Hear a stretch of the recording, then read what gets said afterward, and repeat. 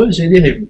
Donc, c'est extrêmement important au niveau productif. Si vous êtes un sprinter, hein, ayez cette mentalité-là, d'être un sprinter et de définir vous-même donc vos sprints, c'est-à-dire combien de temps vous allez, combien de temps vous vous accordez et sur quoi vous pouvez travailler.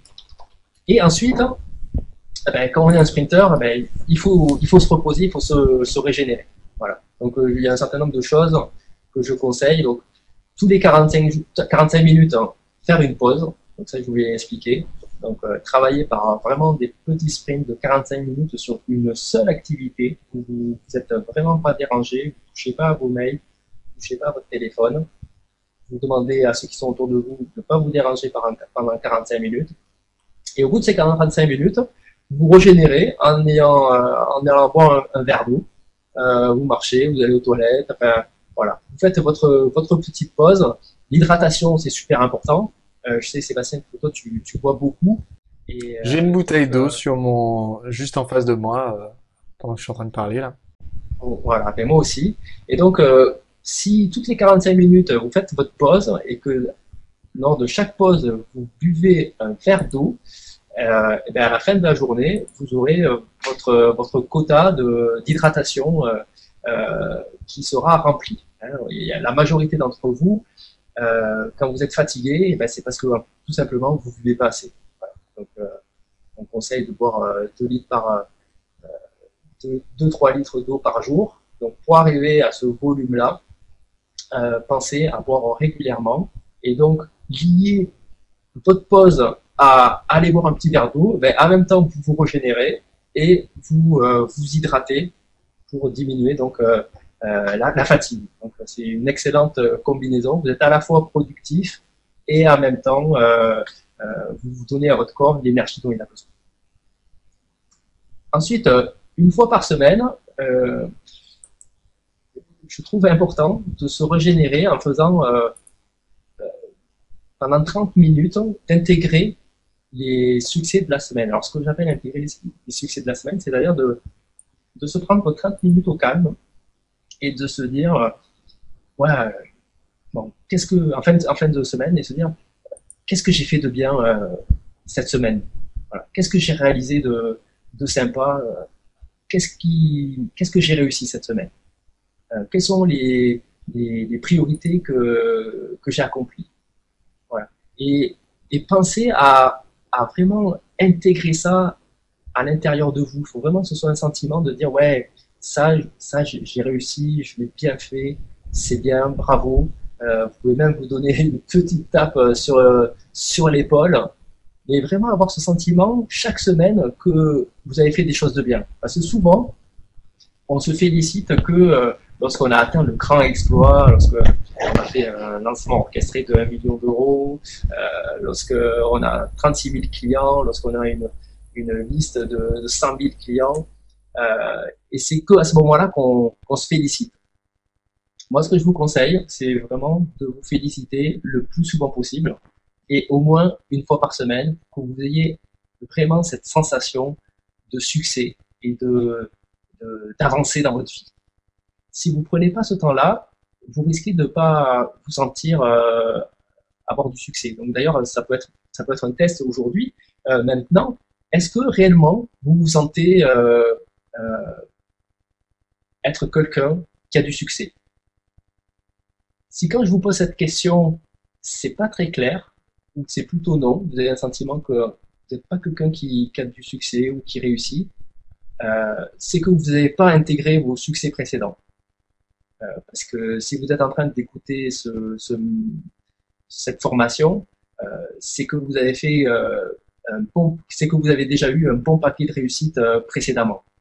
Donc, si vous n'avez pas passé le temps à intégrer vos succès précédents, ben, il y a peu de chances que vous intégrez les succès qui viennent. Donc, donnez-vous ce cadeau de chaque semaine de prendre le temps d'intégrer vos succès et les succès de la semaine, de vous dire qu'est-ce que vous avez fait de bien, afin d'avoir vraiment le sentiment d'être quelqu'un qui réussit et qui a du succès. Voilà. Donc c'est tout con, mais on a tous des petits succès chaque jour, chaque semaine. Et si on prend le temps de les rechercher, de les identifier, et après de de se les accaparer, de se les intégrer émotionnellement, c'est là que la confiance en soi va être décuplée au fur et à mesure. Parce que toutes les semaines, imaginez, vous allez vous dire, ah oui, j'ai fait ça, c'est bien, j'ai fait ça, c'est super. Putain, j'ai osé appeler telle personne, c'est bien. Ah, j'ai mis en ligne tel truc, c'est super. Et le fait de se dire là, de se dire ça, ça va, ça va permettre d'accroître votre confiance en vous et votre sérénité. Voilà, et de vous régénérer. Donc c'est ce que je vous conseille de faire une fois par semaine. Euh, une fois, je les ai pas mis dans l'ordre, alors j'aurais dû commencer par ça. Voilà, une fois par jour, se prendre 15 minutes au niveau de sa journée et faire le point sur ce qui a marché, sur ce qui peut être amélioré. Est-ce Bien que tu souvent, penses ces on a. 15 minutes au début ou à la fin de la journée? Enfin oui, Alors c'est à la fin. pardon, je repense à ce que tu viens de dire. Tu viens de dire sur ce qui a marché, donc évidemment, j'imagine que c'est à la Oui, fin. oui. C'est en fin de journée. Voilà, c'est en fin de journée. Et pareil pour la semaine, c'est en fin de semaine. Voilà. Avoir un moment de réflexion sur ce qui s'est passé. Alors, je sais que c'est difficile pour beaucoup d'entre vous parce que vous avez déjà l'impression de ne pas avoir le temps de faire tout ce que vous avez à faire. Mais je pense que l'exercice des priorités va vous aider à y voir plus clair et prendre ce temps-là une fois par jour et une fois par semaine. C'est ça qui va vous permettre d'identifier ce qui est bien, ce que vous pouvez améliorer et c'est ça qui va accroître votre productivité après petit à petit. Donc une fois par semaine, j'ai expliqué, et après une fois tous les trimestres, en termes de régénération, je vous conseille vraiment de prendre 3 jours tous les trimestres et de partir. Voilà, partir de chez vous, c'est pas forcément à l'autre bout du monde comme Aurélien, mais de, de quitter son environnement standard, on va dire, et de partir sans téléphone, sans ordinateur. Partez avec votre femme, votre mari, partez sans les enfants si vous en avez. Voilà. Vous bloquez 3 jours tous les trimestres pour vous régénérer. Et d'ailleurs, si une des choses que vous pouvez noter dès à présent et que vous pouvez faire à la suite de cette formation, c'est de se dire, ben voilà, quand est-ce que je me prends mes 3 prochains jours avec ma femme, mon copain, ma copine, etc. C'est quand les 3 jours, les noter sur en discuter bien sûr avec l'autre personne, et les noter sur le calendrier. Voilà. Et même si c'est dans 3 mois, c'est dans 3 mois, c'est noté, c'est dans le calendrier, et comme ça, vous savez que ça, c'est dans la boîte. Et si vous faites ça vraiment tous les trimestres, eh ben, ça va vous régénérer, ça va conserver la relation que vous avez avec votre femme, votre mari, votre copain, votre copine. Donc, ne sous-estimez pas ça. Vous êtes des gens qui avaient beaucoup de choses à faire, et si vous planifiez pas ces moments de régénération avec les êtres les plus importants de votre petit univers, il y a peu de chances que ça se passe. Et au fil du temps, vous pouvez vous éloigner des personnes qui vous sont chères. Donc, prévoyez de vous régénérer une fois par trimestre. Vous allez voir votre mari, votre femme, voilà. Quand est-ce qu'on peut partir ensemble pendant 3 jours?